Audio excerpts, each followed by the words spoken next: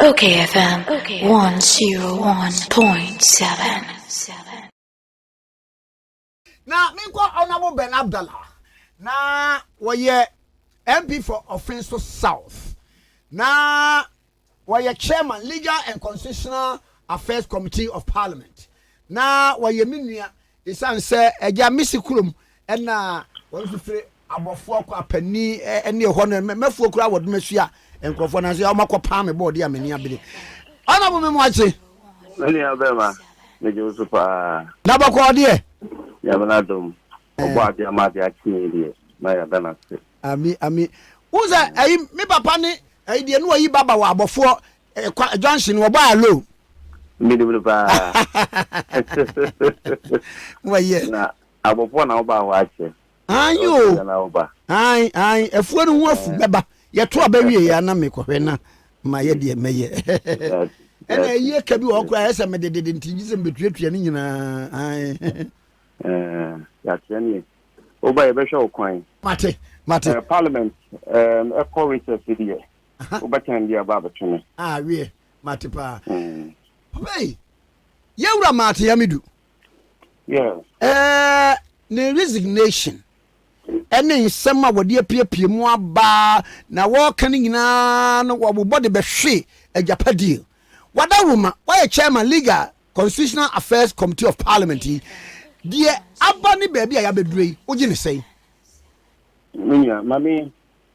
enchia motifu nyina na menchia your mind to me His Excellency the President Nana Dankwa Akufo-Addo na menchia Chairman Sabonsu Majority Leader na menchia National MPP National Party Officers MPP media uchi media mechia Ghana media uchi media mechia na wotu etamfo so mechia mo ejoso na eye na enra na nano na nwumre kakra na nya na nchia se yemi apinye ma tia medu osi jumedia na na Dankwa Akufo-Addo she ni semo no se obeye special prosecutor no nti mebi na in fact me tie na me nhu letter na ochre edebe to public no nia ochre de come president ne die ene die but nia ochre ya osteki ni nyina so ntia man resign no me ma obi send brem na akwe 2-page resignation letter no true reasons na one of the reasons here as was signed to his resignation it be as interference who we did the content of the letter now that is the impression one gathers and it being so say or say he's going through traumatic experience and being so say as in short no they're not part say juma who say nkofo to church in China name but the fact of the matter woman say a special prosecutor act 2017 act 959 emra executive edeba mechi bejam si nye hu adwuma no e san say na eye office ya ye ba bi kritia esombo edimu eba be fight ketasese ne point no ye to ye bo asese mra ni yi pa sabi mra no ba ye no yantena mesebedwom and I so members of parliament 275 members of parliament yenkwa na ye kwani midie nti yenkwa ye nyemra no da bi yanya ne sa ye sheda ye committee a mesebedwa daroma medano constitutional legal and parliamentary affairs many members na ye stakeholder engagement they invite as true and in therefore any majority and minority leaders any party opinion for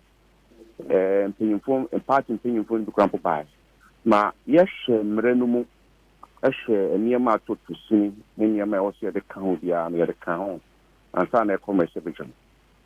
mranu duru mese bedwam crampo na ye bubu ho no ne ye twene ho no aye friend consideration stage no ene crampo no ye trebo aso bibia na okura memorandum ana owo adwin bi a opese ochre efamra no ho no yeji edini kan ho ma the end of the day emra ne tin be emra mienu a different 2017 abba mesebedwamu a mesebedwafo in fact yeah a very extensive stakeholder engagement right information act and office of the special prosecutor act samra mienu a sunset right information act not Ghana for the drone when DH no honestly speaking a very extensive stakeholder engagement FFS CSOs the baby mobile now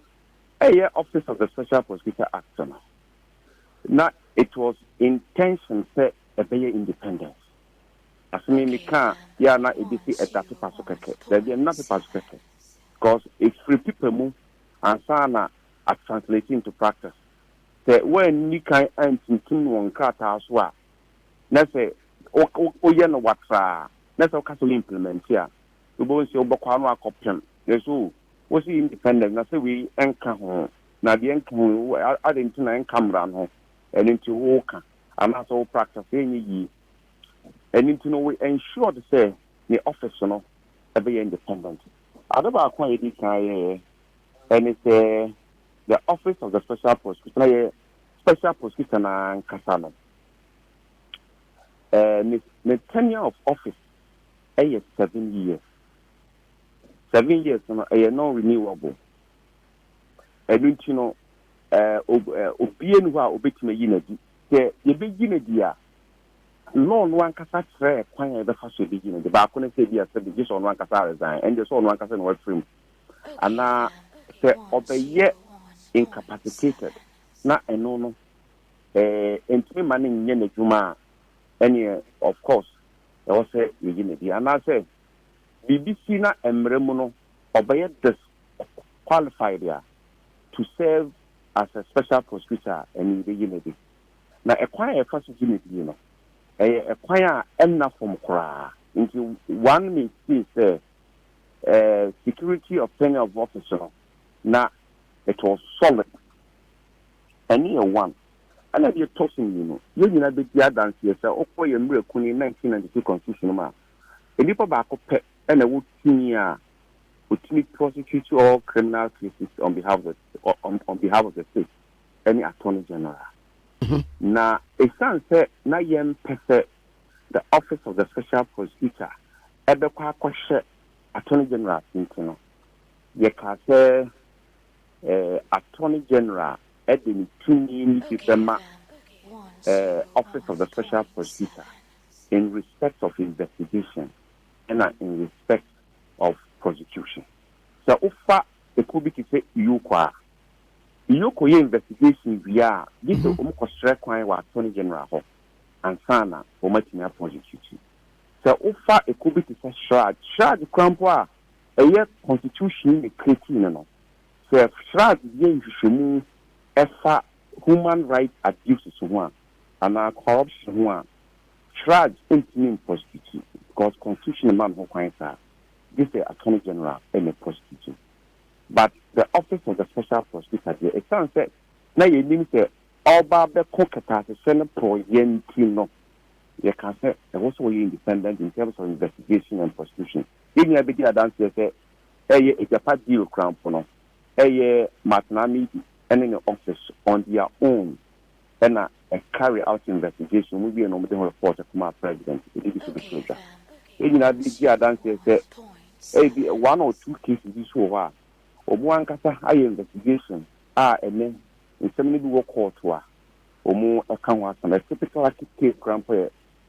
honorable Mama Yaga 18 and now near a walk on no and if you're tossing me inside your music custom so you realize that and under normal circumstances there was the office of the special prosecutor and or genetica a free attorney general. Because I wish that to say you could share attorney general aspect. And the copyright department or attorney General, Council for Law Reporting, Omugina Hona Omoshe. And if you consider the budget statement of the Office of the Attorney General, Omugina Betty, na you consider. Na Sika was a Kubia Honomono. A court Attorney General for Sikaputunuma, now a office more by a task Amubia. But the Office of the Special Prosecutor, Omunso Eba Yanaso independently of the Office of the Attorney General. And it can be a very budgetary no. The Attorney General baby na Office of the Special Prosecutor and Swaba. Office of the Special Prosecutor appear your committee, I mean constitutional legal twice. The last time I will buy Emra Wiki 2020 budget TV, and when we are paying my channel to any deputy special prosecutor, any Najuma for buyer, you consider me as it. Number mobile no or already two critical or three issues. No near who said a issue, but then said any issue because it should be understood. A son say office nothing yakin for. Into office the ayatine for we should not expect to say it was a figure at once. A kaka and son a jinana now, but I can't already office space. Your kind say or say the office space ya will you much here in Israel. One so we new office, but office no or should you maybe also the investigation I also me nipa was say or high woman office in Israel. But a whole more come I you say President na kasa I earmark building via another year as soon as I sign I look no a bit more funny baby now renovation no renovation now on the move work I think that it's a little over 7 months now one kasa crumple kase wako as a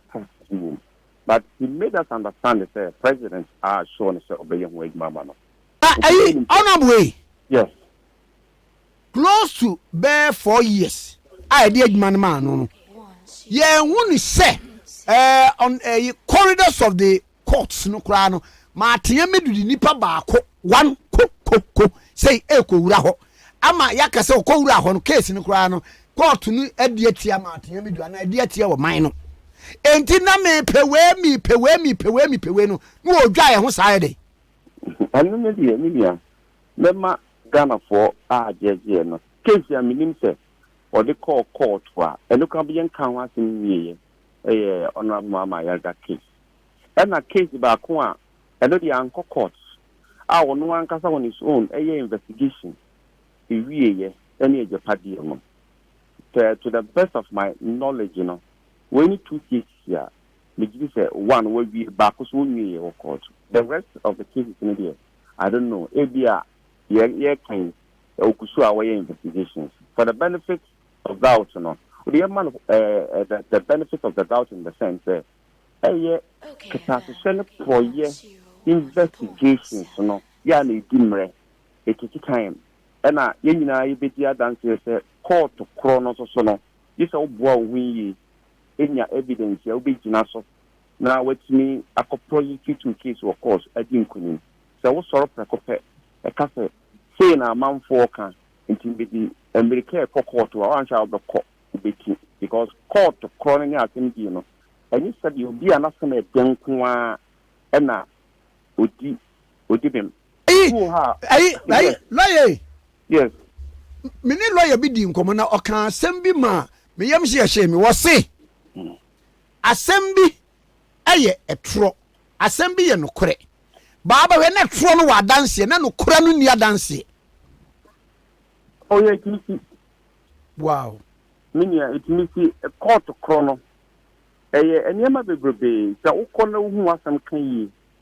na ukọ na wo hwe opposite yi ukọ na follow ye ni wonim law ni yi na unya dance fo a musu bitima kan wasin yi ama wo a toda what some Ibiana no custom ni what some Kenya de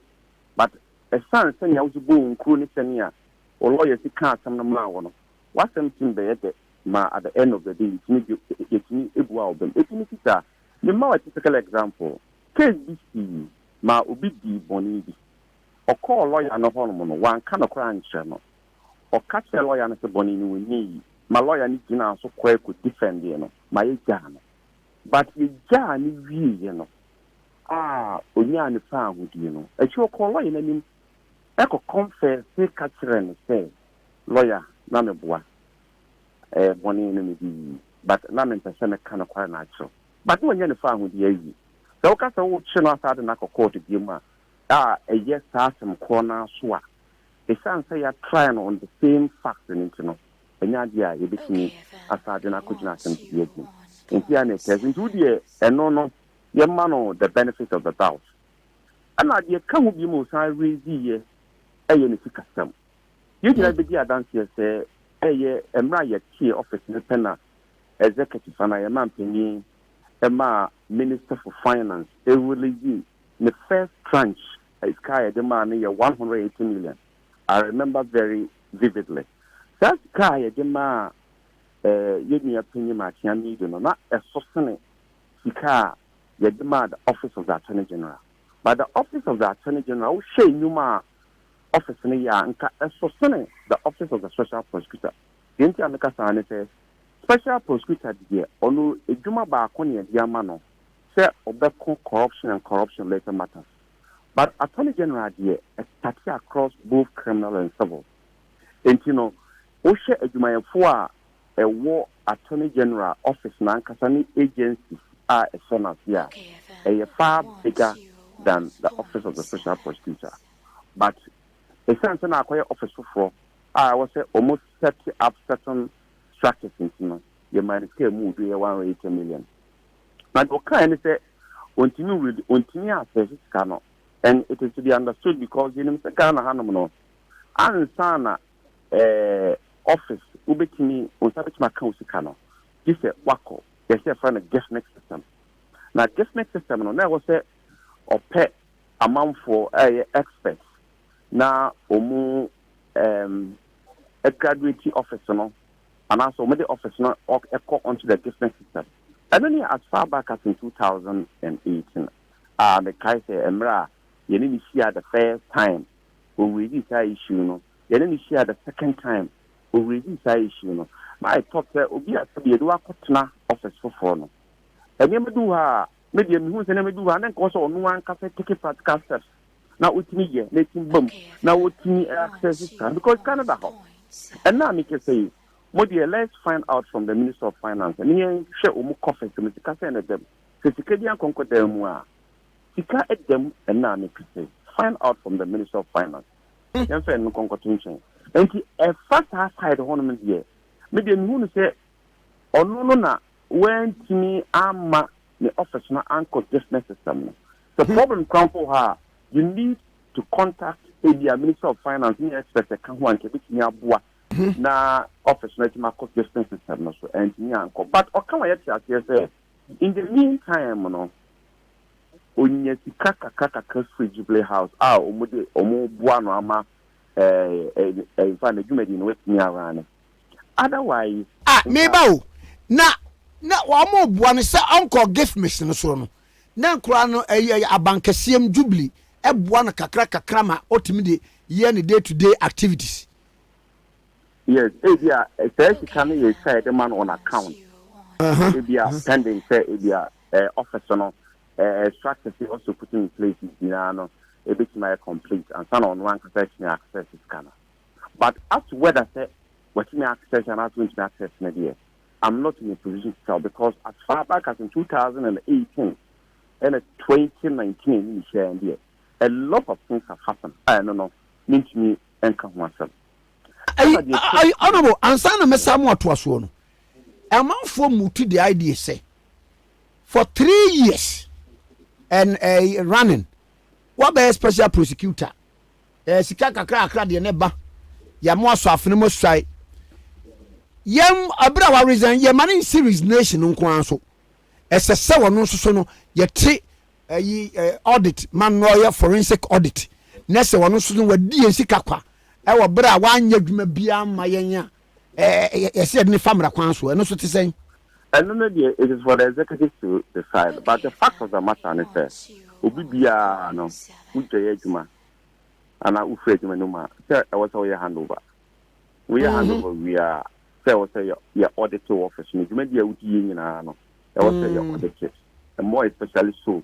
acquire public office no it is a bibi etu sin wo be bia na let's say was the sad in tools you know e won fun so a na ya hwe ama wa correct nti mi did say no no dey at the end of the day empenyimfo betu anamo na se bibi tools no be bia o ma hwe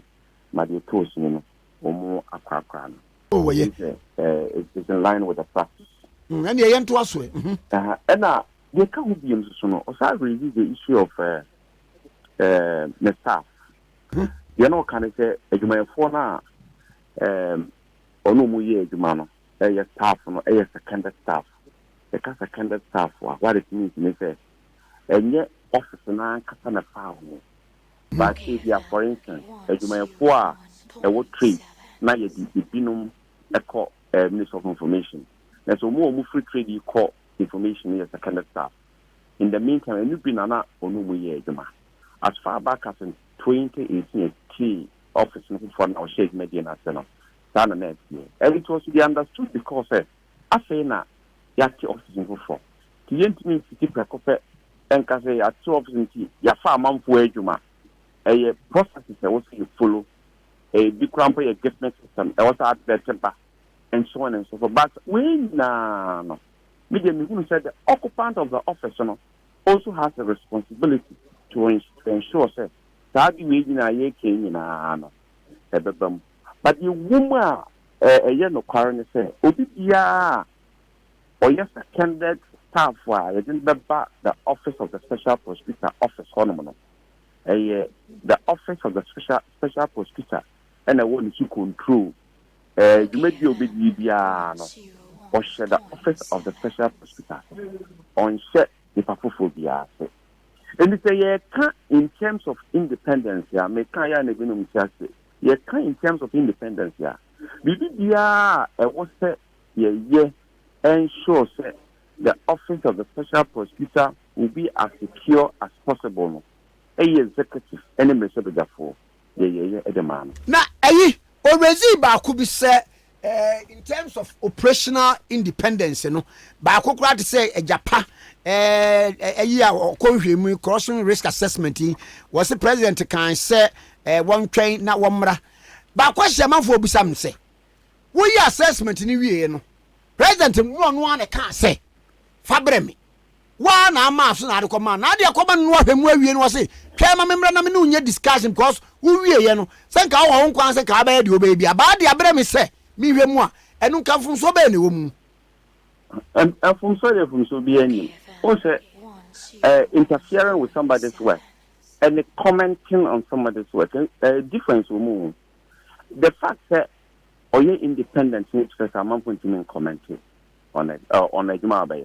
but if you are politically and directly interfering and but your or ye out the come president and so sana amount for say president so in your question kind or commenting on it I don't see assuming say crampona I don't see as an interference in any case a human crampo where you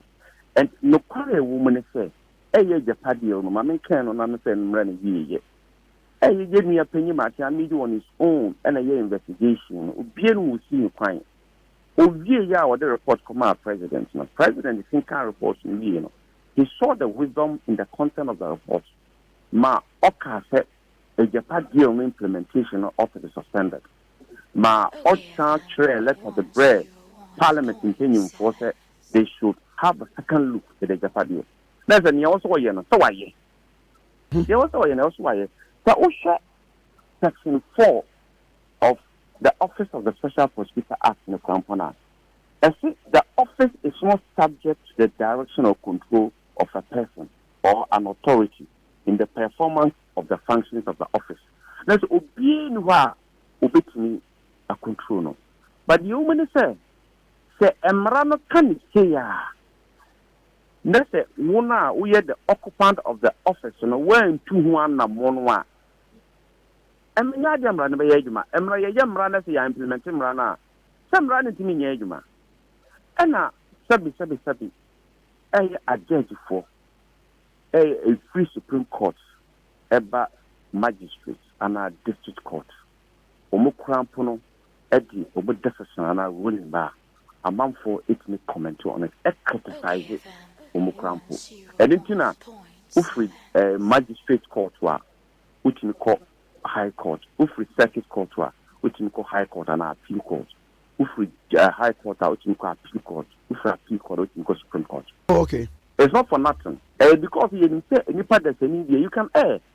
it's or even Supreme Court to cramp on anything as Supreme Court cramp on as soon as we give you yes the power of review omuan kasa na o matna so maka asem na wie no omu san ti metna so die nhwehwem kasa asama ye kan ye bi nke kan ni seya nke ye omu tim so much